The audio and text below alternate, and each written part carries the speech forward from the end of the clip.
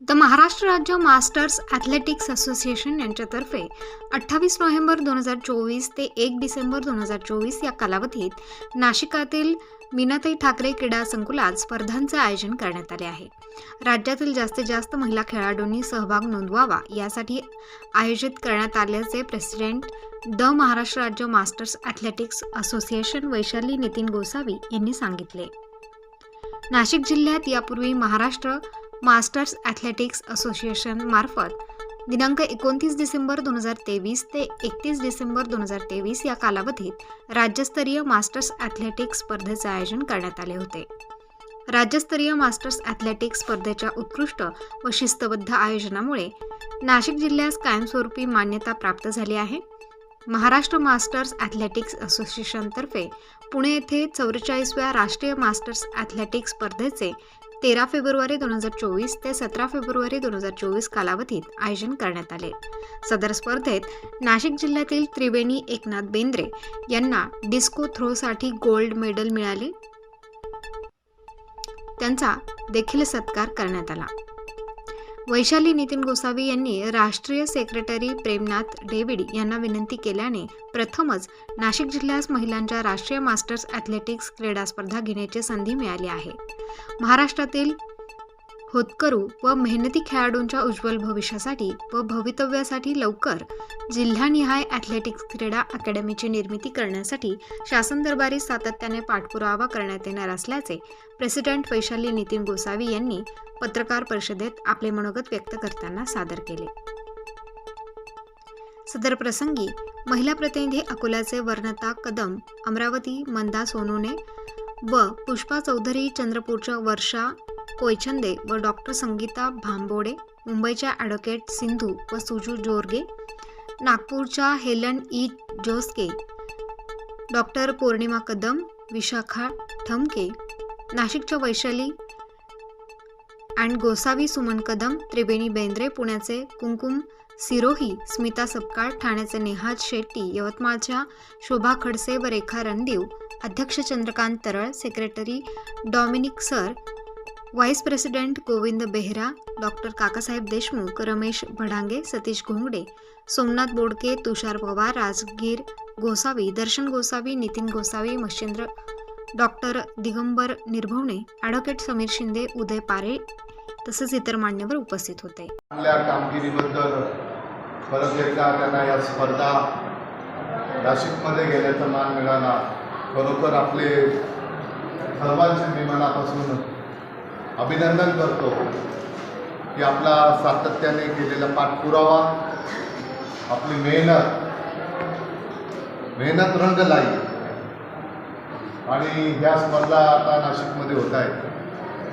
तर मी आव्हान करेन नाशिककरांना, जास्तीत जास्त महिलांनी या स्पर्धेमध्ये भाग घ्यावा आणि या स्पर्धा यशस्वी कराव्या. कारण महिलांच्या साठीचं एक खेळासाठी अतिशय उत्तम असं यांनी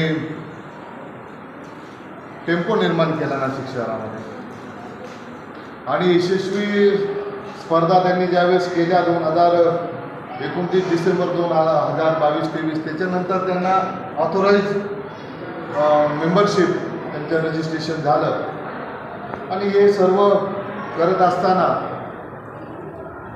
खेळाडूंच्या कलागुणांना वाव देण्यासाठी एक अतिशय चांगलं व्यासपीठ आहे आणि मला खात्री आहे की देशभरातील स्पर्धक माझ्या भगिनी याच्यामध्ये भाग घेतील आणि या स्पर्धा अतिशय यशस्वीपणे पूर्ण करतील.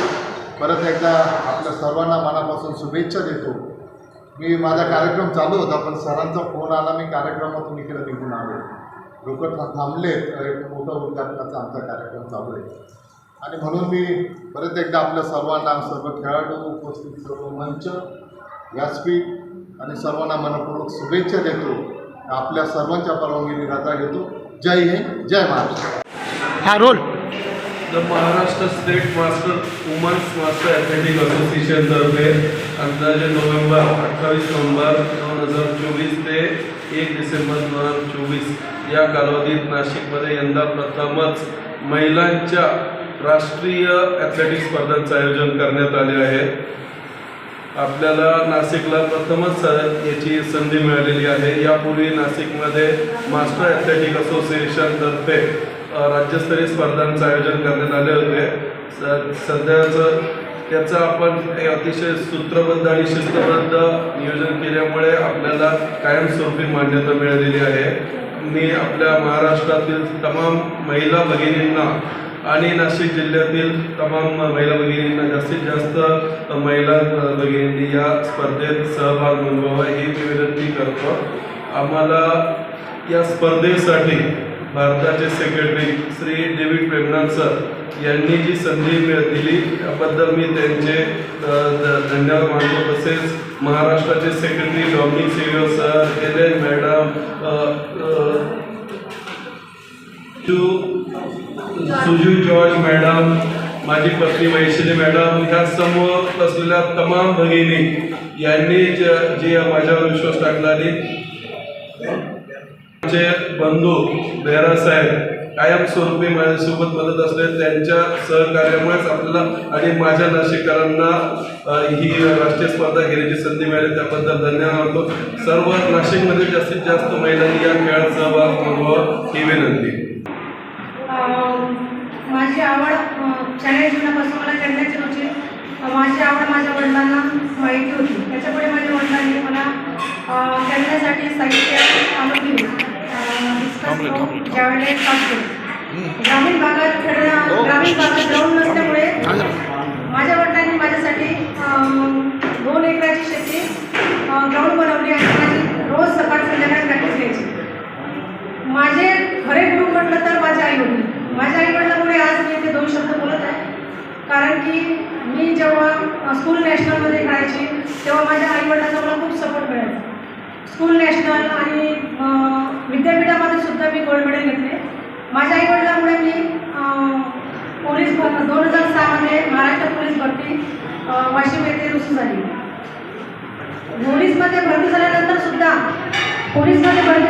सुद्धा मला खेळण्याची संधी मिळाली आणि मी त्या संधीचा पुरेपूर उपयोग घेतला. 2007 पासून सतत 5 वर्ष विभागीय स्तरावर विभागीय पोलीस क्रीडा स्पर्धामध्ये 5 वर्ष कंटिन्यू मी बेस्ट ॲथलीट घेतले आणि राज्यस्तरीय पोलीस क्रीडा स्पर्धामध्ये सुद्धा माझे गोल्ड मेडल्स घेतले.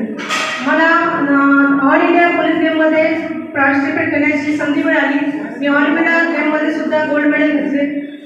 नुकत्याच झालेल्या पुणे येथे नॅशनल मास्टर ॲथलेटिक्समध्ये 13 फेब्रुवारी ते 17 फेब्रुवारी या दरम्यान झालेल्या स्पर्धेमध्ये मी विविध राज्याचे खेळाडूंसोबत मला खेळण्याची संधी मिळाली. त्याच्यामध्ये मला नॅशनलमध्ये गोल्ड मेडल मिळाले आणि आता माझी आंतरराष्ट्रीय क्रीडा स्पर्धेसाठी निवड झाली.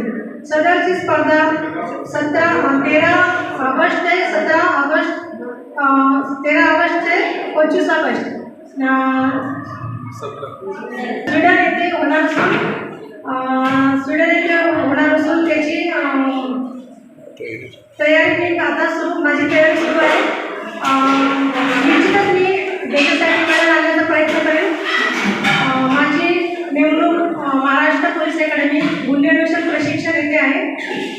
माननीय प्राचार्य चंद्रकांत